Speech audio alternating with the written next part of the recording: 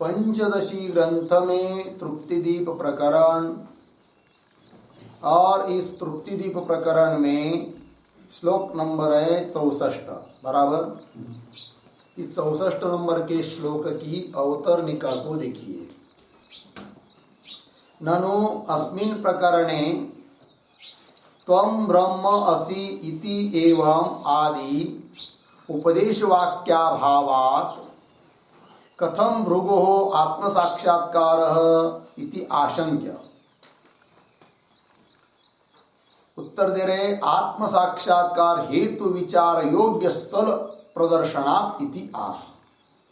ठीक, तो ननु से लेकर आशंक्य तक पूर्व पक्षी शंका कर रहा है। तो पूर्व पक्षी बोल रहा है कि अस्मिन प्रकरणे, इस प्रकरण में क्या प्रकरण चल रहा है, तो ऊपर के श्लोक में बताया था कि पहले परोक्ष ज्ञान होता है वाक्य से, बाद में विचार करेंगे तो अपरोक्ष ज्ञान उत्पन्न होता है विचार सहित वाक्य से। यह आप जो बता रहे हो ये कैसे बता रहे हो, इसके लिए क्या प्रमाण है? तो उत्तर दिया था, तैत्तरीय उपनिषद का पर्यालोचन करेंगे, विचार करेंगे तो ये बात सामने आती है। ये स्पष्ट होता है क्या कि केवल वाक्य से परोक्ष ज्ञान होता है और विचार सहित उस वाक्य से अपरोक्ष ज्ञान होता है। वहां का प्रसंग बताया था, भृगु नामक कोई ऋषि थे, उनको पहले यतो वा इमानि भूतानि जायन्ति इत्यादि वाक्य के द्वारा ब्रह्म का परोक्ष ज्ञान हुआ। फिर उस परोक्ष ज्ञान होने के बाद उन्होंने विचार किया, फिर पंचकोश से अतिरिक्त प्रत्येक आत्मा रूप जो ब्रह्म, उसका उनको साक्षात्कार हुआ। तो इससे ये निश्चय हुआ कि केवल वाक्य से परोक्ष ज्ञान और विचार सहित वाक्य से अपरोक्ष ज्ञान होता है।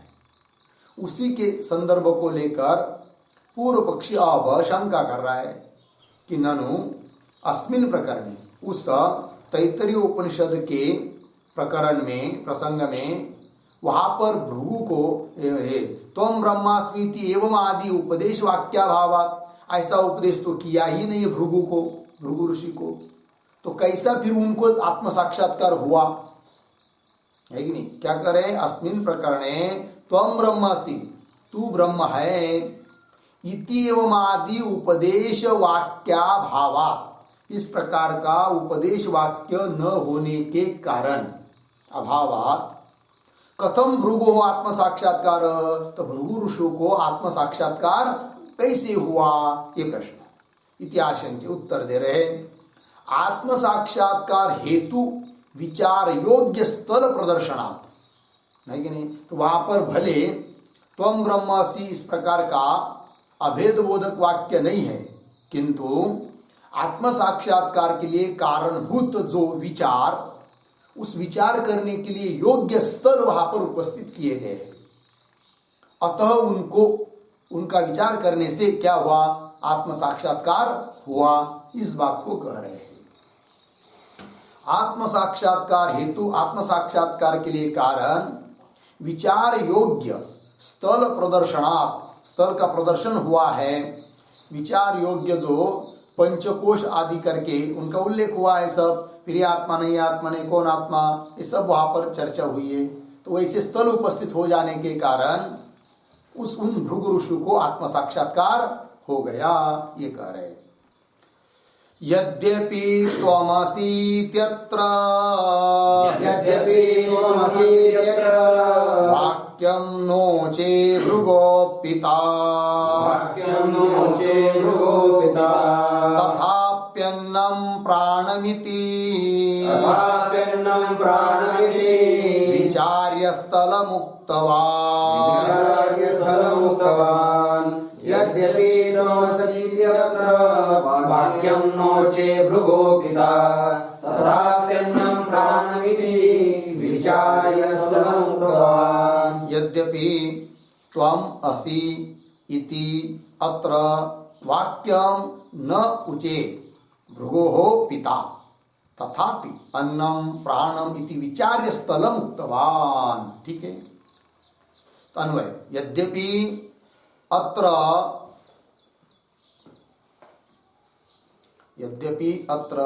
भृगोः पिता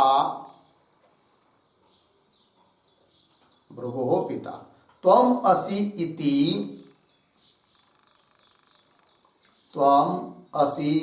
इति वाक्यम नोचे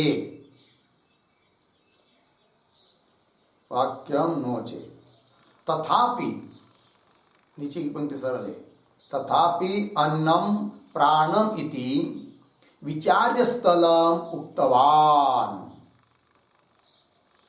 ठीक है, अर्थ को देखिए। यद्यपि अत्र मतलब उस तैत्तरीय उपनिषद में भृगोः पिता, भृगु के पिता, भृगु ऋषि के पिता क्या जी, त्वम असि, त्वम ब्रह्म असि, इस प्रकार का वाक्यम नोचे, वाक्य बोले नहीं। फिर बोलेंगे भाई वाक्य ऐसा बोले नहीं, उपदेश परक वाक्य बोले नहीं, तो कैसा भृगु को ज्ञान हुआ, आत्म साक्षात्कार हुआ? तब कह रहे तथापि, तो भी अन्नम प्राणम इत्यादि वाक्य उल्लेख कर दिया केवल। अन्नम प्राणम इति विचार्य स्थल मतलब विचार करने के लिए योग्य ऐसे स्थलों को उपस्थित किया है उक्तवान। फिर उससे विचार करते करते उनको आत्म साक्षात्कार हो गया, ये कहना है। ठीक, चलिए टीका नहीं है ना, आगे के श्लोक क्या उतरने का। ननु अन्नमयादि कोशेषु विचारितेषु मिला प्रतीचः साक्षात्कार भवतु ब्रह्मण तु कथम इति आशंक्य प्रतीच एव ब्रह्मत्वात् पंचकोश विचारेण आनंदात्म व्यक्तिं साक्षात्कृत्य आनंदात् हि एव खलु इमानि भूतानि जायन्ते आनंदेन जातानि जीवन्ति आनंदं प्रयन्ति अभिसंविशन्ति इत्येवं ब्रह्मलक्षणम अपि प्रतीचि एव योजितवान इति आह। ठीक है, देखिए शंका की जा रही, ननु से लेकर आशंक्य तक पूर्व पक्षी का ग्रंथ है। शंका क्या कर रहे हैं? ननु अन्नमयादि कोशेषु विचारितेषु, अन्नमयादि कोशों का विचार करने पर कि अन्नमय कोश आत्मा नहीं है, प्राणमय कोश आत्मा नहीं है, मनोमय आत्मा नहीं, आदि आदि करके फिर इन सबके अंदर बैठा हुआ इनका सबका साक्षी जो चैतन्य है वह आत्मा है, ऐसा बताया कि नहीं? तो ऐसे विचार करने के स्थल बताए वहां पर। फिर बोल रहे पूर्व पक्ष शंका कर रहा है कि ऐसे वहां पर विचार करने के योग्य स्थल है, तो उनका विचार करते करते प्रत्येक आत्मा का साक्षात्कार होना चाहिए ना। कुटस्थ जो कि बुद्धि का अधिष्ठान चैतन्य है, इन 5 कोशों के भीतर है, उसका ही साक्षात्कार होना चाहिए। ब्रह्म का साक्षात्कार कैसा होना चाहिए? फिर नहीं होना चाहिए ना, ये कर रहे। क्योंकि विचार किसका कर रहे हैं? अंतरात्मा का ही विचार कर रहे हैं, प्रत्येक आत्मा का, है कि नहीं? देखिए ननु अन्नमयादि कोशेषु विचारितेषु, उन कोशों का विचार करने पर प्रतीचः साक्षात्कार भवतु। प्रतीचः षष्ठी है, प्रत्यक, इसकी षष्ठी प्रतीच। प्रतीच का अर्थ होता है प्रत्येक आत्मनः कूटस्थस्य इत्यर्थः। ठीक है, प्रत्येक आत्मा का अर्थात कूटस्थ का साक्षात्कार भवतु, साक्षात्कार होवे। ब्रह्मण तु कथम, ब्रह्म का साक्षात्कार तो नहीं होना चाहिए, यह आशंका की शंका। फिर कह रहे, उत्तर दे रहे, प्रतीच एव ब्रह्मत्वात्। प्रतीच मतलब वही प्रत्येक आत्मा कूटस्थ, वही तो ब्रह्म है। ब्रह्म उससे अलग थोड़ी है, अलग नहीं है। तो पहले प्रत्येक तत्व जो आत्मा है कूटस्थ, वहां तक ले गए, है कि नहीं? देखिए प्रतीच एव ब्रह्मत्वात्, प्रत्येक आत्मा ही ब्रह्म होने के कारण पंचकोश विचारेण, पंचकोश का विचार करने के लिए स्थल बताए, और उसका विचार करते करते आनंदात्म व्यक्तिम साक्षात्कृत्य।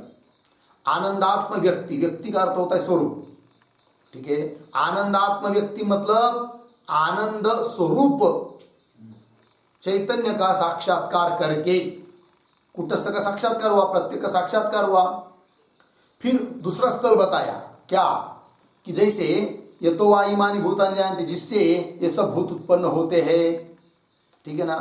फिर दूसरी स्तुति आती है आनंदादि एव खलु इमानि भूतानि जायन्ते, आनंद से ये भूत प्राणी से सब पंचमहाभूतादि क्या होते, उत्पन्न होते, अर्थात जिससे उत्पन्न हो रहे वो आनंद स्वरूप है। और पंचकोशों का विचार करते करते जिस कुटस्थ का साक्षात्कार हुआ वो भी आनंद स्वरूप है। फिर वो आनंद है, वो भी आनंद है जिससे भूत उत्पन्न हुए, वो आनंद और ये आनंद दो है नहीं है, एक ही है। इस प्रकार से प्रत्येक अभिन्न ब्रह्म का उनको क्या हुआ, साक्षात्कार हो गया, ये कहना। तो वही देखिए आनंदात्म व्यक्तिम साक्षात्कृत्य, फिर आनंदात ही एव खलु इमानि भूतानि जायन्ते, आनंद से ही ये सब, खलु मतलब निश्चयेन, इमानि भूतानि जायन्ते, सब भूत प्राणी मात्र और पंचमहाभूत उत्पन्न होते हैं।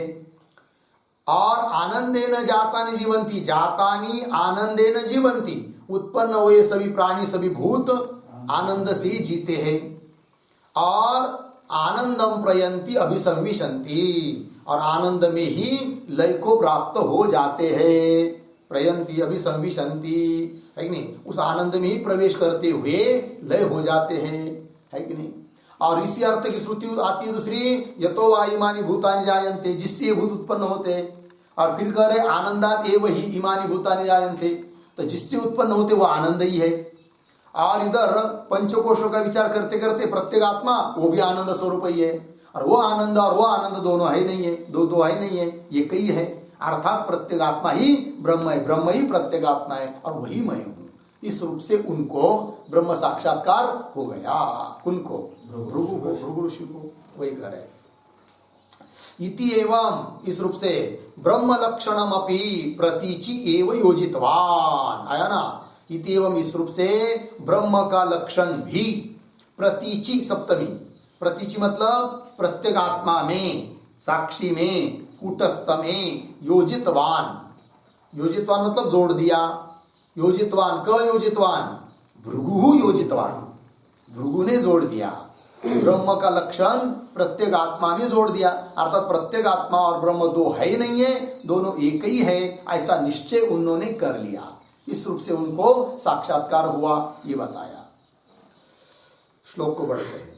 अन्न प्राणादि कोशेषु, अन्न प्राणादि कोशेषु सुविचार्य पुनः पुनः, सुविचार्य पुनः पुनः, आनंद व्यक्तिमीक्षित्वा, आनंद व्यक्तिमीक्षित्वा, ब्रह्म लक्ष्माप्ययूयुज, ब्रह्म लक्ष्माप्ययूयुज। अन्नपानादि कोशेषु सुविचार्य पुनः पुनः, आनंद व्यक्तिमीक्षित्वा, ब्रह्म लक्ष्माप्ययूजयत्। अन्न प्राणादि कोशेषु सुविचार्य पुनः पुनः, आनंद व्यक्तिम ईक्षित्वा, ब्रह्म लक्ष्म अपि अयुयुजत्। अन्वय, अन्न प्राणादि कोशेषु पुनः पुनः सुविचार्य, पुनः पुनः सुविचार्य, आनंद व्यक्तिम ईक्षित्वा, सरल नीचे, ब्रह्म लक्ष्म अपि अयुयुजत्। अर्थ, अन्न प्राणादि कोशेषु मतलब अन्नमय कोश, प्राणमय कोश आदि करके सभी कोश, पांचों कोश लेने हैं। तो अन्नमय आदि कोशेषु पुनः पुनः सुविचार्य, पुनः पुनः पुनः पुनः उन्होंने विचार किया कि अन्नमय कोश आत्मा कैसा हो सकता है, ये तो विकारी है, अभी छोटा था, बढ़ गया, बूढ़ा हो गया। फिर प्राणमय कोश, ये तो जड़ है ना। मनोमय कोश बहुत विकारवान है। ऐसा करते करते सभी कोशों का विचार किया। फिर सभी कोशों के भीतर जो विद्यमान उन सबका कोशों का, सभी कोशों का प्रकाशक तत्व वह प्रत्येक आत्मा है, ऐसा उन्होंने निश्चय किया। तो अन्न प्राणादि कोशेषु पुनः पुनः सुविचार्य, फिर पुनः आनंद व्यक्ति निक्षित्वा, आनंद व्यक्ति, अर्थात आनंद रूप आत्मा के स्वरूप का साक्षात्कार करके, ठीक है ना, आनंद व्यक्ति वीक्षित्वा साक्षात्कार करके, आनंद स्वरूप कूटस्थ का साक्षात्कार करके, फिर उसमें ब्रह्म लक्ष्म अपि अयुजत, ब्रह्म का जो लक्षण है सत चित आनंद स्वरूप ब्रह्म है, उसका लक्षण उस प्रत्येक आत्मा में भी घटाया। अयुजत, अयुजत का अर्थ होता है जोड़ दिया, है कि नहीं, लुंग कर का रूप है, जोड़ता भया, जोड़ दिया उन्होंने, ये बात हुई है। इस प्रकार उनको ब्रह्म साक्षात्कार हो गया। भले उनके पिता ने त्वम ब्रह्म असि इस प्रकार का वाक्य का प्रयोग न किया हो तो भी ब्रह्म साक्षात्कार के लिए उचित अनुकूल ऐसे स्थल उपस्थित किया कि उनका विचार करते करते उनको ब्रह्म साक्षात्कार हो गया। लग गया जी? चलिए अब आगे चलते हैं। आगे के श्लोक की अवतरणिका को देखिए।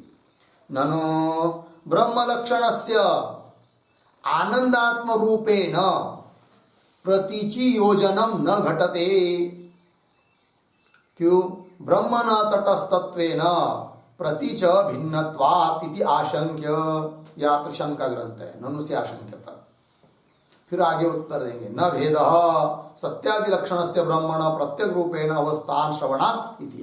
ठीक, पहले शंका को समझते हैं ननु से लेकर। ननो ब्रह्म लक्षण से आनंदात्म रूपेण प्रतीचि योजना, प्रतीचि प्रत्येक आत्मा में, सप्तमी कुटस्थ में, साक्षी में, प्रत्येक आत्मा में योजनम, योजना मतलब जोड़ना, न घटते, घटेत है ना तिथं, क्या है शब्द, क्या है घटेत है ना, तो पाइचा घटते ऐसा चाहिए, मतलब घटित नहीं होता है। देखो भाई, प्रतीचि योजनम न घटते, प्रत्येक आत्मा में जोड़ना घटित नहीं होगा। बोलेंगे क्यों? किसका? तो पीछे से। ननु ब्रह्म लक्षणस्य, ब्रह्म का जो लक्षण है वह आनंदात्म रूपेण प्रतीचि, जैसा ब्रह्म आनंद स्वरूप है वैसा प्रत्येक आत्मा भी आनंद स्वरूप है। इस रूप से प्रत्येक आत्मा में ब्रह्म का लक्षण जोड़ना न घटते, उचित नहीं है। क्यों? आगे कह रहे ब्रह्मण तटस्थत्वेन प्रतीच भिन्नत्वात्, है कि नहीं? तो कह रहे, पूर्व पक्षी कह रहा है, हेतु दे रहा है कि प्रतीच भिन्नत्वात्, प्रतीच मतलब प्रत्येक आत्मा से भिन्न है कौन?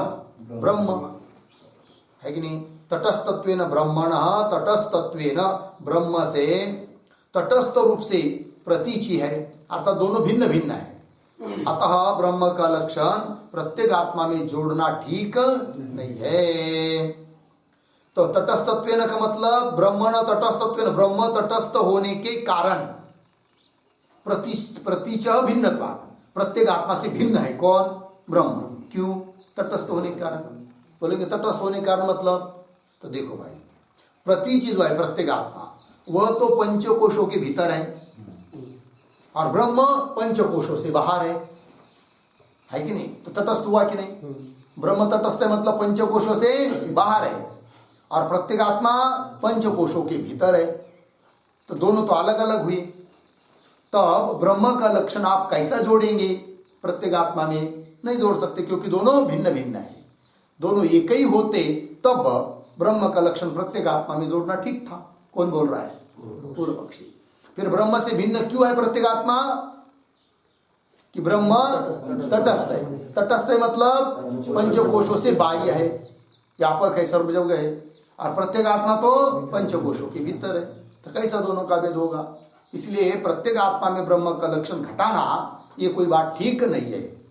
कौन बोल रहा है? ब्रह्मण तटस्थत्वेन प्रतीच भिन्नत्वात्, प्रत्येक आत्मा से भिन्न होने से लक्षण जोड़ना ठीक नहीं थी। आशंक्य, ठीक उत्तर दे रहे, न भेद। सिद्धांति कह रहे हैं कि अरे बाबा, ब्रह्म और प्रत्येक आत्मा इन दोनों में कोई भेद नहीं, न भेद। क्यों? सत्यादि लक्षण से ब्रह्मण प्रत्येक रूपेण अवस्थान, सत्यादि लक्षण जो ब्रह्म लक्षण मतलब स्वरूप, सत्यादि स्वरूप, सत्स्वरूप, चित स्वरूप, आनंद स्वरूप जो ब्रह्म है वो ब्रह्म ही तो प्रत्येक आत्मा रूप से स्थित है ही नहीं। इसीलिए प्रत्येक आत्मा और ब्रह्म दो नहीं है, ठीक है ना, एक ही है। क्योंकि सृष्टि बनाकर ईश्वर ने सृष्टि बनाई, फिर बनाकर प्राणियों के हृदय में वही तो जाकर बैठा हुआ है प्रत्येक आत्मा के रूप से। इसलिए ब्रह्म और प्रत्येक आत्मा कोई दो नहीं है, ये कहना। सत्याविलक्षण से ब्रह्मण, सत्य सच्चिद आनंद स्वरूप जो ब्रह्म है वह ब्रह्मण प्रत्येक रूपेण अवस्थानात्, अवस्थानात् मतलब स्थिति, अवस्थान है, प्रत्येक रूप से वही स्थित है, ऐसा श्रुति ने बताया है श्रवणात्। इसलिए दोनों का भेद नहीं है।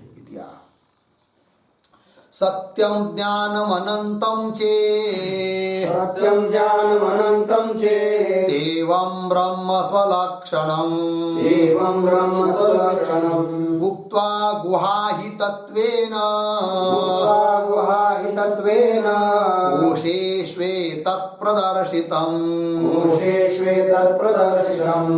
सत्यं ज्ञानमनन्तं चेत् एवं ब्रह्म स्वलक्षणम् उक्त्वा गुहाहि तत्त्वेन कोशेष्वेतत्प्रदर्शितम्। सत्यं ज्ञानम अनंतम च इति एवं ब्रह्म स्वलक्षणम् उक्त्वा गुहाहि तत्त्वेन कोशेषु एतत् प्रदर्शितम्।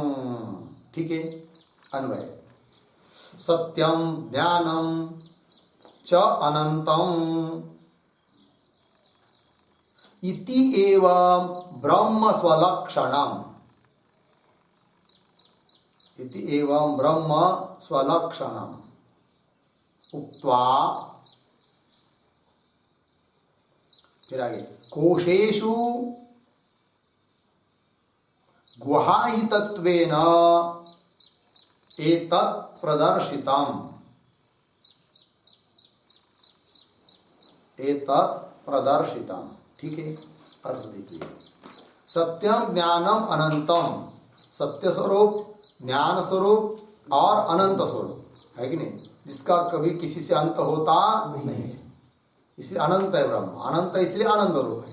ठीक है, सत्यम ज्ञानम अनंतम च इति एवं ब्रह्म स्वलक्षणम, ब्रह्म का ऐसा जो अपना स्वयं का ब्रह्म का लक्षण है उसको कहकर पहले ब्रह्म का लक्षण बता दिया।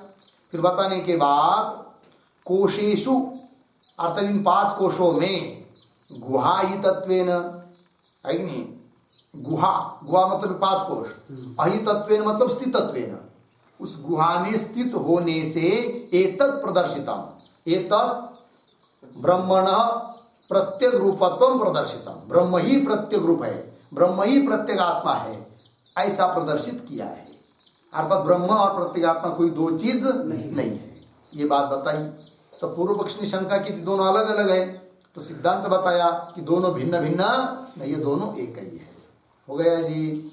चलिए, इसीलिए प्रत्येक आत्मा में ब्रह्म का लक्षण जो जोड़ा उन्होंने, मतलब बताया, सिद्ध निश्चय किया कि ब्रह्म का लक्षण ही प्रत्येक आत्मा में है, अर्थात ब्रह्म और प्रत्येक आत्मा दोनों एक ही है। वो जो उन्होंने निश्चय किया है भृगु ऋषि ने, वो कोई गलत नहीं है। टीका देखिए, सत्यम ज्ञानम अनंतम ब्रह्म, ये श्रुति है, सत्य स्वरूप, ज्ञान स्वरूप, अनंत स्वरूप ब्रह्म है। इति एवं ब्रह्म स्वलक्षणम, ब्रह्म स्वलक्षणम का अर्थ कर रहे हैं ब्रह्मण स्वरूप लक्षणम, ब्रह्म स्वलक्षणम प्रति पीछे पद आया था ना श्लोक में, उसका अर्थ कर रहे ब्रह्म का ये स्वरूप लक्षण है। कौन सा? सत्स्वरूप, ज्ञान स्वरूप, अनंत स्वरूप, आनंद स्वरूप ब्रह्म है, सच्चिद आनंद घन ब्रह्म है, ये तो स्वरूप लक्षण है। लक्षण के 2 प्रकार होते हैं, एक स्वरूप लक्षण होता है, एक तटस्थ लक्षण होता है कि नहीं। जो कदाचित होता हुआ व्यावर्तक होता है उसको बोलते हैं तटस्थ लक्षण, उसको उपलक्षण भी बोलते हैं। जैसे देवदत्त का घर कौन सा है पूछा, लक्षण क्या? काकवत देवदत्त से गृह, जिस पर कौवा बैठा हुआ है वो देवदत्त का घर है, तो काकवत ही लक्षण हुआ घर का, वही उपलक्षण भी है। किंतु ये कैसा है? कदाचित है, तटस्थ लक्षण है। काकवा भी है तो थोड़ी देर में उड़ भी जाएगा, है कि नहीं, वो तो करा दिया उन्होंने, ये घर है करके, किंतु ये कौन सा लक्षण हुआ? तटस्थ है, हमेशा वाला नहीं है। और समझ लीजिए किसी ने पूछा देवदत्त का घर कौन सा है, तो बता दिया देखो भाई जो सफेद कलर का है कि नहीं, वही देवदत्त का घर है। और उसके ऊपर, उस घर के ऊपर क्या लगा हुआ है, एंटीना लगा हुआ है, कोई कॉलम लगा हुआ है कि नहीं, टावर लगा हुआ है, तो वो क्या है, देवदत्ता का घर है। अब ये जो लक्षण बताया वो कैसा है, स्वरूप लक्षण है, क्योंकि कलर रहने वाला है, टावर भी हमेशा के लिए बैठा हुआ है, इसलिए ये स्वरूप लक्षण हुआ। ठीक है, उस प्रकार सत्स्वरूप, ज्ञान स्वरूप, आनंद स्वरूप ब्रह्म, ये ब्रह्म का कौन सा लक्षण है, स्वरूप लक्षण है। देखिए पंक्ति, इत्येवं ब्रह्म स्वलक्षणम ब्रह्मण स्वरूप लक्षणम अभिधाय कथयित्वा उक्त्वा, फिर उसके बाद यो वेद निहितम गुहायाम परमे व्योमन, ये बात बताई। तो क्या कि यह वेद मतलब जो जानता है, क्या निहितम गुहायाम, गुहायाम परमे व्योमन, गुहायाम निहितम यो वेद इति अनेन वाक्येन, इस वाक्य के द्वारा पंचकोश गुहांत स्थितत्वेन तस्यैव प्रत्येक रूपत्वम अभिहितम इत्यर्थः। ठीक है, अर्थ को देखिए भाई, तो कह रहे हैं परमे व्योमान, परमे व्योमन का अर्थ होता है अव्याकृत आकाश, उसमें विद्यमान। ठीक है ना जी, गुहायाम, और कैसा, गुहायाम निहितम, पंचकोश रूपी गुहा, उस गुहा में निहित स्थित तत्व को यो वेद, जो जानता है।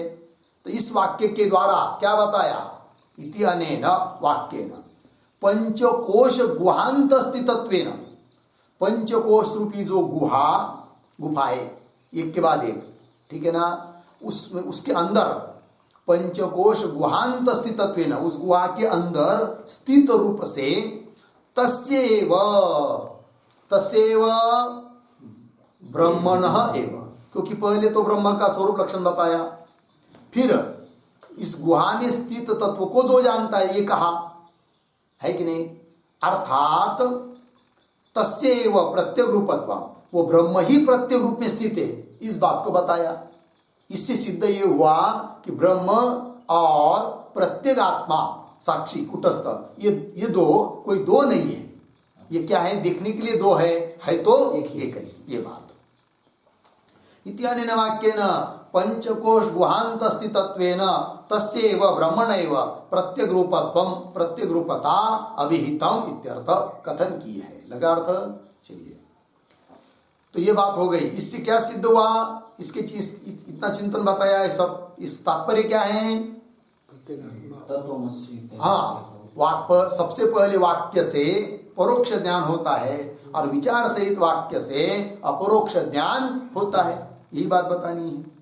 अभी और आगे, एवं तैतरिक श्रुति पर्यलोचनया, अब तो ऐतरीय श्रुति बताई अभी तक, अब कौन सी श्रुति बता रहे हैं, नहीं, तैतरिक श्रुति बताई ना अभी तक, हाँ, अब तैतरी बताई, अब छांदोग्य बताने वाले हैं, अवतरणी करेंगे। एवं इस प्रकार से तैतरीय श्रुति पर्यालोचनया, मतलब तैतरीय श्रुति का विचार करने से, पर्यालोचन करने से, अवलोकन करने से, चिंतन करने से भृगु को परोक्ष ज्ञान पूर्वक विचारजन्यत्वम साक्षात्कार से दर्शयित्वा, इस बात को दिखाया अभी तक के चिंतन के अनुसार। क्या भृगु को सबसे पहले ज्ञान हुआ परोक्ष ज्ञान, तो परोक्ष ज्ञान पूर्वक मतलब परोक्ष ज्ञान पहले हुआ, उसके बाद परोक्ष ज्ञान पूर्वक विचारजन्यत्वम साक्षात्कार से, फिर उसके बाद विचार किया तो विचार से जन्य हुआ कौन, साक्षात्कार, ब्रह्म साक्षात्कार, अपरोक्ष ज्ञान।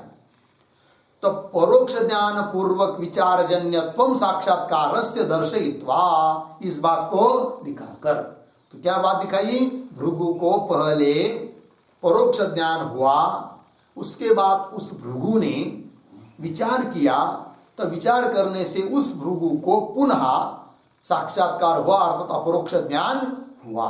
इस बात का दर्शन कराया अभी तक, मतलब श्लोक नंबर 63 से लेकर 66 तक, ठीक, विचार ये हुआ। फिर आगे क्या कहने जा रहे हैं, तब करे छांदोग्य श्रुति पर्यालोचनेन अपि तद दर्शयति। अब छांदोग्य श्रुति का पर्यालोचन करेंगे, विचार करेंगे, चिंतन करेंगे, तो भी उसी बात को वही बात सिद्ध होती है। तो वही करे छांदोग्य श्रुति पर्यालोचनेन अपि तद दर्शयति। तद दर्शयति मतलब तत् परोक्ष ज्ञान पूर्वकम विचारेण साक्षात्कार जन्यत्वम दर्शयति। तत्शब्द का अर्थ, तत्शब्द का क्या अर्थ? परोक्ष ज्ञान पूर्वकम, परोक्ष ज्ञान पहले, फिर विचार करेंगे तो उस विचार से साक्षात्कार उत्पन्न होता है। इस बात को दिखा रहे हैं ग्रंथकार। किस श्रुति का विचार करने से? छांदोग्य। मिला पंक्ति, छांदोग्य श्रुति पर्यालोचनेन अपि तद दर्शयति। तद शब्द मिला, तद शब्द का अर्थ लिख के रखिए। तद बराबर परोक्ष ज्ञान पूर्वकम, परोक्ष ज्ञान पूर्वकम विचारेण, विचारेण साक्षात्कारस्य जन्यत्वम, साक्षात्कारस्य जन्यत्वम, ठीक है, दर्शयति। परोक्ष ज्ञान पूर्वक विचार के द्वारा साक्षात्कार उत्पन्न होता है, इस बात को दिखा रहे हैं। हो गया? तो चलिए श्लोक को पढ़ते हैं। पारोक्षेण विबुद्धेन्द्रो, पारोक्षेण बुद्धेन्द्रो य आत्मेत्यादि लक्षणात्, य आत्मेत्यादि लक्षणात् अपरोक्षीकर्तुमिच्छं अपरोक्षीकर्तुमिच्छं चतुर्वारं गुरुं ययौ, चतुर्वारं गुरुं ययौ। पारोक्षेण बुद्धेन्द्रो य आत्मेत्यादि लक्षणात् अपरोक्षीकर्तुमिच्छं चतुर्वारं गुरुं ययौ। पारोक्षेण विबुध्य इंद्रः यः आत्मा इत्यादि लक्षणात् अपरोक्षीकर्तुम् इच्छन् चतुर्वारं गुरुं ययौ। अन्वय, इंद्रः यह आत्मा, यह आत्मा इत्यादि लक्षणात् पारोक्षेण विबुध्य, पारोक्षेण विबुध्य, आगे अपरोक्षीकर्तुम इच्छन् चतुर्वारं गुरुं ययौ। ठीक अर्थ देखिए। इंद्र है कि नहीं, कथाति वहां पर छांदोग्य उपनिषद में इंद्र विरोचन इत्यादि को की। तो इंद्र यह आत्मा, ये श्रुति का उल्लेख किया है कि नहीं, इत्यादि लक्षणात्, ठीक है ना, इत्यादि से मतलब यह आत्मा इत्यादि श्रुति में जो आत्मा का लक्षण बताया है कि नहीं, तो उस लक्षण वाले आत्मा का परोक्ष रूप से जान लिया। आत्मा को किसने? इंद्र ने। इंद्र यह आत्मा इत्यादि लक्षणात् पारोक्षेण विबुध्य, यह आत्मा इत्यादि श्रुति के द्वारा बताया हुआ जो आत्मा है उससे आत्मा का परोक्ष, पारोक्षेण विबुध्य, परोक्ष रूप से साक्षात्कार करके, परोक्ष ज्ञान करके होकर फिर अपरोक्षी कर तुम, फिर इंद्र को ऐसा लगा ये तो परोक्ष ज्ञान हुआ है ब्रह्म कही तो कौन है वो, उसको जानना चाहिए। फिर अपरोक्ष साक्षात्कार मुझे ऐसा पक्का दृढ़ प्रत्यक्ष होना चाहिए। इस विचार से बार बार वो इंद्र गया प्रजापति के पास। कितनी बार गया? 4 बार गया। और विरोचन पहले बार में उसका काम हो गया है कि नहीं, उसको बता दिया तो उसने समझ लिया ये शरीर ही आत्मा है, तो फिर उसने आगे विचार किया ही नहीं, ठीक है ना। किंतु इंद्र ने बहुत विचार किया, फिर विचार कर करके पुनः गया, महाराज जी, गुरु जी, आपने बताया शरीर आत्मा कैसा हो सकता है, ये तो मरता है, ये कैसा आत्मा हो सकता है। फिर उसको पुनः उपदेश किया। ऐसा करते करते करते कितने बार गया वो? 4 बार। वही अपरोक्षी कर तुम इच्छन, अपरोक्ष साक्षात्कार करने की इच्छा से चतुर्वारम 4 बार गुरुम ययो, गुरु के पास गए। कौन? इंद्र। टीका देखिए, पारोक्षण इंद्र यह आत्मा, श्लोक में आया है ना यह आत्मा, तो वो तो श्रुति का उल्लेख है यह आत्मा शब्द से, उसी को कह रहे टीकाकार कौन वो श्रुति बता रहे हैं। तो यह आत्मा अपहत पापमा विजरः विमृत्यु विशोकः, ये श्रुति है वो। इत्यादि वाक्य प्रतिपादितेन लक्षणेन आत्मानं परोक्षतया अवगत्य। ठीक है, अर्थ देखिए, इंद्र अवगत्य, इंद्र जानकर, परोक्ष रूप से जानकर, क्या पुनः इंद्र, यह आत्मा जो आत्मा है, ठीक है ना, आत्मा मतलब निरतिशय प्रिय स्वरूप आत्मा, कैसा, अपहत पापमा। अपहत पापमा का मतलब होता है कर्म और उस कर्म का आश्रय स्थूल सूक्ष्म धर्म से रहित आत्मा, उस आत्मा को कहते अपहत पापमा। ठीक है ना, कर्म और कर्म का आश्रय जो स्थूल सूक्ष्म शरीर, उस शरीर से शून्य, जो उसको कहेंगे क्या, अपहत पापमा। जो कर्म का आश्रय कौन है, स्थूल शरीर या सूक्ष्म शरीर, किंतु कर्म इत्यादिकों का आश्रय भूत जो स्थूल शरीर सूक्ष्म शरीर, उनसे रहित है आत्मा, इसलिए उस आत्मा को कह दिया अपहत पापमा।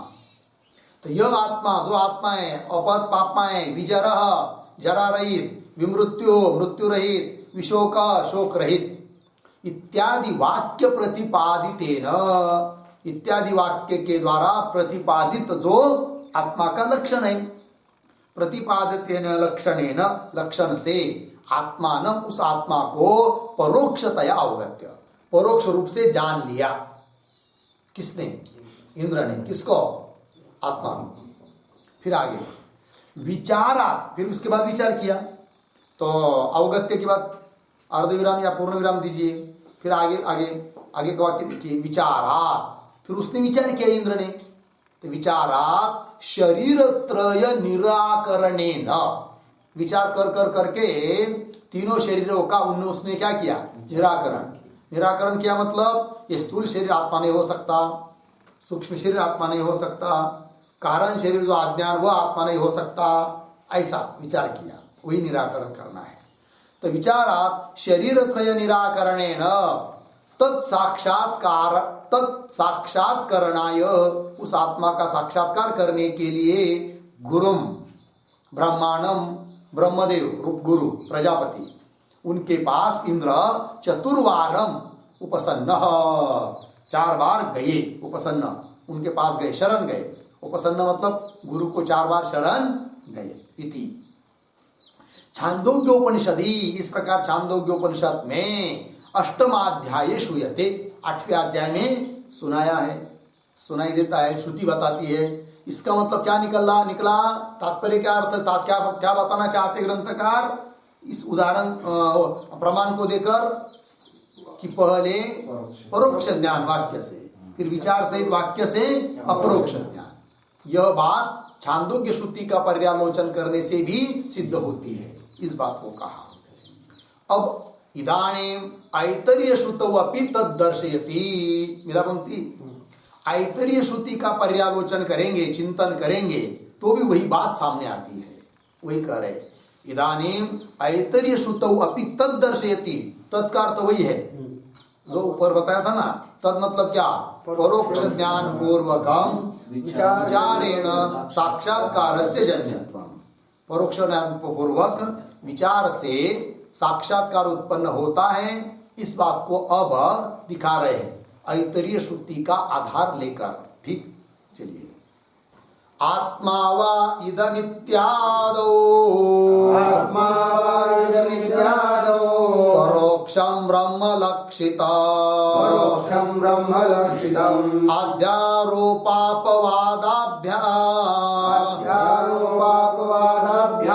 प्रज्ञानं ब्रह्म दर्शितम्, ज्ञानं ब्रह्म दर्शितम्।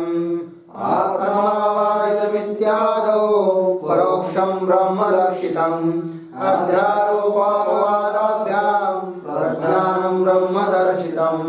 आत्मा वा इदम इत्यादौ परोक्षं ब्रह्म लक्षितम्, अध्यारोपापवादाभ्याम प्रज्ञानं ब्रह्म दर्शिता। अन्वय सरल है, अर्थ को देखिए। आत्मा वा इदम इत्यादो, आत्मा वा इदम, ये श्रुति है, श्रुति बड़ी है, उस श्रुति का उल्लेख किया है यहाँ पर थोड़ा सा, ठीक है। तो आत्मा वा इदम इत्यादो मतलब इत्यादि श्रुति में, ठीक है। परोक्षम ब्रह्म लक्षितम, पहले ब्रह्म बताया किस रूप से, परोक्ष रूप से ज्ञान कराया, तो परोक्षम ब्रह्म लक्षितम। फिर उसके बाद अध्यारोप अपवादाभ्याम, अध्यारोप अपवाद के माध्यम से, द्वारा, अध्यारोप मतलब दो शब्द है, अध्यारोप और अपवाद।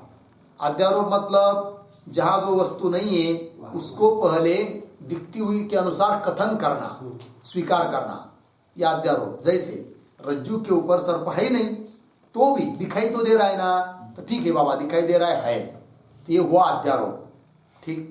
फिर उसके बाद उसका अपवाद, निराकरण। अरे बाबा तू जो देख रहा है सर्प, सर्प कहाँ है, सर्प दिखाओ, तो फिर टॉर्च लगा दी, तो दोरी दिखाई, रज्जु दिखाई दी, सर्प दिखाई नहीं दिया, ये हुआ उसका अपवाद। उस प्रकार ब्रह्म के ऊपर अध्यस्त ये जगत मालूम पड़ रहा है, दिखाई दे रहा है, वस्तुता तो है ही नहीं, मालूम पड़ रहा है। जैसे साक्षी के ऊपर स्वप्न प्रपंच दिखाई देता है कि नहीं, बहुत सारा स्वप्न प्रपंच दिखाई देता है, देखते समय लगता भी है कि सच है करके, किंतु वस्तुता होता है क्या, नहीं। फिर दिखाई दे रहा है ना, तो ठीक है स्वीकार करना पहले, हाँ है, किंतु जो है ना वो मिथ्या है, और मिथ्या वस्तु कुछ होती नहीं है, क्या अपवाद, अध्यारोप अपवाद। उस प्रकार ब्रह्म में जगत नाम की कोई चीज है नहीं है, किंतु दिखाई दे रही, प्रतीत हो रही है, तो थोड़ी देर के लिए मान लेना है बाबा ठीक है, किंतु जो है वो कल्पित है, मिथ्या है जगत, है कि नहीं। अधिष्ठान ही सचमुच ब्रह्म एक ही तत्व है, तो यह अपवाद हुआ। तो इस प्रकार अध्यारोप अपवाद के द्वारा फिर प्रज्ञानम ब्रह्म दर्शितम, प्रज्ञान, प्रज्ञान शब्द का अर्थ होता है प्रत्यगात्मा, तो प्रत्यगात्मा रूपी ब्रह्म है, इस बात को दिखाया है, कहा ऐतरीय श्रुति में, ठीक है जी। चलिए फिर उससे भी क्या सिद्ध हुआ कि परोक्ष ज्ञान पहले, फिर उसके बाद विचार करेंगे तो अपरोक्ष ज्ञान, ये बात सिद्ध होती है। तो देखते टीका को, आत्मा वा इति, आत्मा वा इदम एकः एव अग्रे आसीत न अन्यत् किंचन मीशत की श्रुति है वो, श्लोक में आया था ना शुरू में, आत्मा वा इदम इत्यादि, वो ये श्रुति है। तो आत्मा वा इदम एक एव अग्रे आसीत, अन्वय कैसा, अग्रे इदम एक एव आत्मा वा आसीत न अन्यत् किंचन मीशत, ठीक। अर्थ देखिए, अग्रे, अग्रे मतलब सृष्टि उत्पन्न होने के पहले, जगत उत्पन्न होने के पहले अग्रे, इदम एक एव, इदम इदम यह जगत, ये जगत क्या था, एक एव आत्मा से, एक आत्मा रूप ही था, आत्मा ही था, जगत आत्मा से भिन्न कोई था ही नहीं, आत्मा ही था, आसित न अन्य किंचन मिशत, और कुछ भी, थोड़ा भी कुछ नहीं था, क्रिया नहीं था, क्रियावन नहीं था, जगत नहीं था, कुछ पदार्थ नहीं था, ये बताया। तो ऐसा जो तत्व है वही ब्रह्म है। तो ये ब्रह्म का ज्ञान इसको सुनकर होगा, कैसा होगा, परोक्ष रूप से होगा, परोक्ष ज्ञान, क्या ऐसा ब्रह्म है करके। तो इति अनेन वाक्येन, टीका, इस वाक्य के द्वारा ब्रह्मण लक्षणम अभिधाय, ब्रह्म का लक्षण कथन करके, फिर उसके बाद बताया स ईक्षत लोकान् सृजायति। तो पहले तो बताया क्या कि आत्मा ही था, सत्स्वरूप परमात्मा ही था, फिर उसने ईक्षण किया, ईक्षण किया मतलब क्या, संकल्प किया, क्या कि मैं एक हूं, बहुत हो जाऊं, फिर उसने ये सब जगत बनाया, फिर जगत को बनाकर वही जो एक था ना आत्मा ब्रह्म, उसी ने फिर इस जगत के प्राणियों के शरीर में प्रवेश कर दिया, प्रवेश किया, तो वही प्रत्येगात्मा बन गया। अतः प्रत्येगात्मा और वो परमात्मा ब्रह्म दोनों दो नहीं है, दोनों एक है, ये बात सिद्ध होती है। तो उसके बाद फिर पहले तो परोक्ष रूप से बताया, फिर उसके बाद ऐसा विचार कराकर, प्रक्रिया देकर, अध्यारोप अपवाद बताकर अपरोक्ष साक्षात्कार कराया विचार से, ठीक है ये बात। इति वाक्येन ब्रह्मण लक्षणम स इक्षत, स व स आत्मा ब्रह्म ईक्षत अवलोकन किया, ईक्षण किया, क्या लोकानुसृजाई थी, मैं अनेक लोगों को उत्पन्न करूं, इस प्रकार से इति उपक्रम, ये उपक्रम किया, आरंभ किया। फिर आगे तस्य त्रय आवसथा त्रय स्वप्नाः अयम आवसतः अयम आवसतः अयम आवसतः इत्यादि, वहां पर आता है वो ऐतरेय उपनिषद में, ठीक है ना। तो फिर इति उपक्रम करके शुरुआत करके तस्य, तस्य पद आया ना, तस्य, तस्य शब्द का अर्थ होता है जीव रूपस्य परमात्मनः, जीव रूप जो परमात्मा उसकी, त्रयः आवसथाः, उसकी तीन अवस्था बताई फिर, है कि नहीं, जागृत स्वप्न सुषुप्ति। फिर तीन अवस्थाओं में उसका रहने का स्थान बताया। तो जागृत अवस्था में वह जीव रूप परमात्मा कहाँ रहता है, दक्षिण चक्षु में, मतलब दाई आंख में, उजव्या डोळ्यात, ठीक है ना। जागृति में आत्मा जीव का स्वरूप रहने का ठिकाना क्या बताया, जागृत स्थान आया है नहीं, उधर भी कंठ स्थान है कि नहीं, अभी आ जाएगा फिर सुषुप्ति में कहाँ रहता है करके, ठीक है। चलिए, हृदय में रहता है, तो दक्षिण स्थान, दक्षिण चक्षु, फिर मन और हृदयकाश इति एतत्, ये तीन प्रकार की क्या बताए उसकी अवस्था, अवस्था मतलब स्थान, अवस्था शब्द का अर्थ क्या है, स्थान बताए है। इस प्रकार के तीन स्थान बताकर फिर कहा, कह दिया क्या, ये सब जगत कैसा है, स्वप्न की तरह है, अर्थात कल्पित है, अर्थात उसका अपवाद भी किया, अध्यारोप, फिर उसका अपवाद। तस्य त्रय आवसताः त्रय स्वप्नाः, है कि नहीं, अयम आवसतः, आवसत का मतलब होता है स्थान, आवसत आवसत आवसत, तीन स्थान बताए, ठीक। इति अनेन, आगे इति अनेन मतलब इत्यादि श्रुति के द्वारा परमात्मनि जगत अध्यारोपण प्रकारम अभिधाय, उस परमात्मा रूप आत्मा में जगत का अध्यारोप का प्रकार दिखाया, मतलब ये जगत कैसा अध्यस्त हुआ है परमात्मा ने, इस बात को दिखाया। जैसे कि डोरी के ऊपर, रज्जु के ऊपर सर्प कैसा उत्पन्न हुआ, ये बताना, ये अध्यारोप है। उस प्रकार परमात्मनि जगत अध्यारोप प्रकार अभिधाय कथयित्वा, कथन करके, सजातः भूतानि अभि, है ना, भूतानि अभि क्या है, अभ्यक्षत, अभ्य क्या है, अभ्यक्षत किम यह अन्यम वावदिशत, ऐसी श्रुति उसके बाद आती है। इति मतलब इस श्रुति के द्वारा तस्य आरोपितस्य अपवादम अभिधाय, इस श्रुति ने क्या बताया फिर, अपवाद। पहली श्रुति ने क्या बताया, अध्यारोप, फिर क्या बताया, अपवाद। कैसे, सह जातः,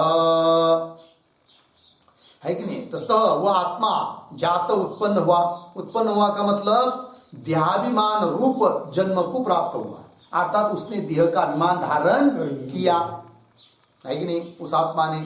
स जात, फिर भूतानी, भूतानी आकाशादीनी, आकाशादि भूख, आकाश वायु अग्नि जल पृथ्वी, भूतानी अभ्यवेक्षत, है कि नहीं, उनका फिर विचार करता भया।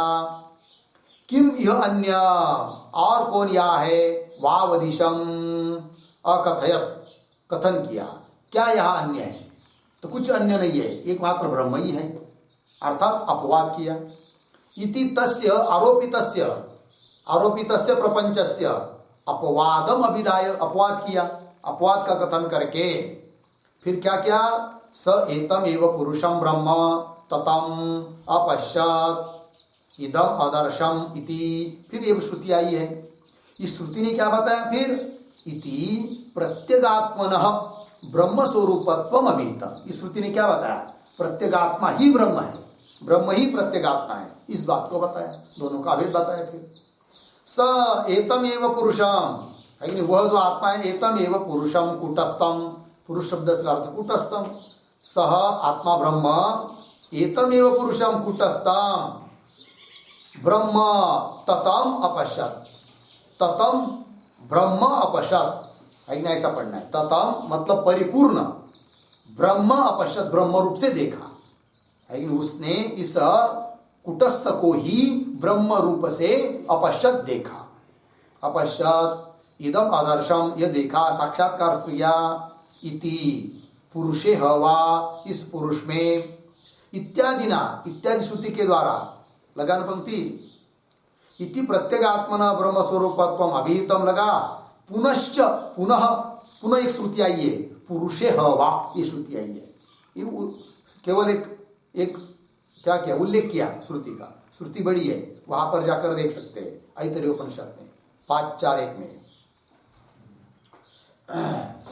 पुरुषे हवा इत्यादि ना, इस श्रुति से क्या बताया फिर, तो कह रहे इत्यादि ना ज्ञान साधन वैराग्य जननाय गर्भवासादि दुखम प्रदर्श, गर्भवासादि दुख बताया है किस श्रुति में, पुरुषे हवा इत्यादि श्रुति में। ठीक, तो इत्यादि ना, वैराग्य क्यों बताया फिर, दुख क्यों बताए, इसलिए कि वैराग्य उत्पन्न हो जाए, क्योंकि वैराग्य क्या है, ज्ञान का साधन है, मोक्ष का साधन ज्ञान, ज्ञान का साधन वैराग्य, और वैराग्य का साधन क्या, दुखानुदर्शन, उस विषयों में दुख का अनुसंधान करना, अर्थात विवेक करना आत्मा अनात्मा का, ठीक है ना, वही इत्यादि ना ज्ञान साधन, ज्ञान का साधन जो वैराग्य जननाय, वैराग्य उत्पन्न होने के लिए गर्भवासा दुखम प्रदर्श, गर्भवासा दुख दिखाए। फिर उसके बाद कह अयम आत्मा इति वयम उपासमहे, है कि नहीं, इत्यादि ना, है नहीं, क अयम आत्मा, कौन ये आत्मा है कि जिसकी हम उपासना करें, अर्थात जिसको हम जाने, इत्यादि ना, इत्यादि श्रुति के द्वारा विचारेण, विचार करने से तत्वम पदार्थ परिशोधन पुरस्सरम, तत् और त्वम, इन दोनों पदों का क्या करना पड़ता है, परिशोधन, शोधन, मतलब तत्पद और त्वम पद का क्या वाच्यार्थ है, क्या लक्ष्यार्थ है, अभेद किसमें है, इस प्रकार का चिंतन करना, यही शोधन है। इत्यादि ना विचारेण तत्वम पदार्थ परिशोधन पुरस्सरम, परिशोधन पूर्वक, फिर बाद में बताया प्रज्ञानम ब्रह्म इति, प्रज्ञान स्वरूप से आत्मना, प्रज्ञान कौन है, आत्मा, प्रत्यगात्मा, तो प्रज्ञान स्वरूप से आत्मना ब्रह्मत्वम दर्शितम, प्रत्यगात्मा ही ब्रह्म है, इस बात को दिखाया। ठीक है, इससे क्या सिद्ध हुआ कि पहले परोक्ष ज्ञान, फिर उसके बाद विचार सहित वाक्य से अपरोक्ष ज्ञान उत्पन्न होता है, यही बात सिद्ध होती है।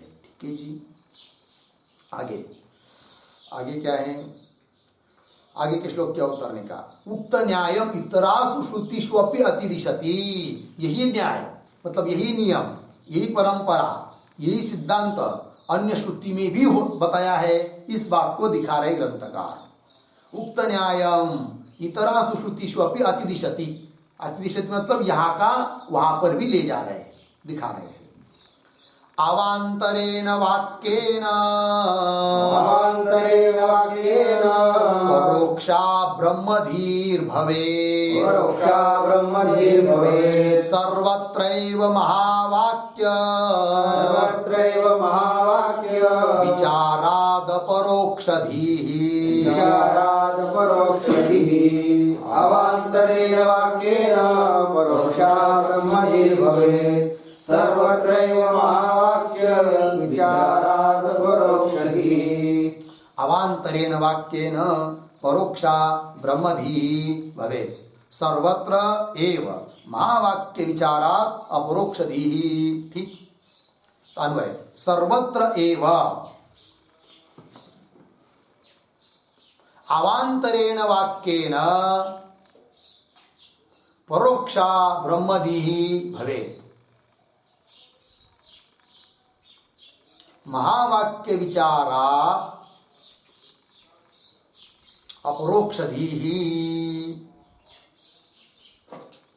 ठीक अर्थ, सर्वत्र सब जगह ये सिद्धांत ही है क्या, कि अवांतर वाक्य से परोक्ष बुद्धि उत्पन्न होती है, परोक्ष ज्ञान। अवांतर वाक्य के दो प्रकार, अवांतर वाक्य, महावाक्य। अवांतर वाक्य का मतलब होता है जिन वाक्यों में केवल परमात्मा का अथवा जीव का स्वरूप वर्णन किया है, उन वाक्यों को बोलते हैं क्या, अवांतर वाक्य। सत्यम ज्ञान अनंतम ब्रह्म, ये वाक्य अवांतर वाक्य है। यह एष रुद्यंतर ज्योति पुरुष अवांतर वाक्य है। और जिन वाक्यों में जीव ब्रह्म की एकता प्रतिपादन की है उनको क्या बोलते हैं? महावाक्य। ठीक, तो सब जगह निश्चय है, सिद्धांत है कि अवांतर वाक्य से जो ज्ञान उत्पन्न होगा वह परोक्ष ज्ञान ही रहेगा, और महावाक्य से किंतु विचार नहीं करेंगे, केवल महावाक्य सुनेंगे तो परोक्ष ही ज्ञान होगा। विचार करेंगे तब महावाक्य से क्या? अपरोक्ष ज्ञान। वही अवांतरेण वाक्येन परोक्ष ब्रह्मदि भवे। और महावाक्य विचारात आया कि नहीं? विचार से, महावाक्य के विचार से अपरोक्ष दी। टीका को देखिए, सर्वत्र प्रतीक है, सर्वत्र शब्द का अर्थ कर दिया सर्वासु श्रुतिषु इत्यर्थ, सभी श्रुतियों में यह बात बताई है। हो गया, बस आगे का विचार हम लोग कल करते हैं। ओम पूर्णमदः पूर्णमिदं पूर्णात् पूर्णमुदच्यते पूर्णस्य पूर्णमादाय पूर्णमेवावशिष्यते। ओम शांति शांति शांति। शंकर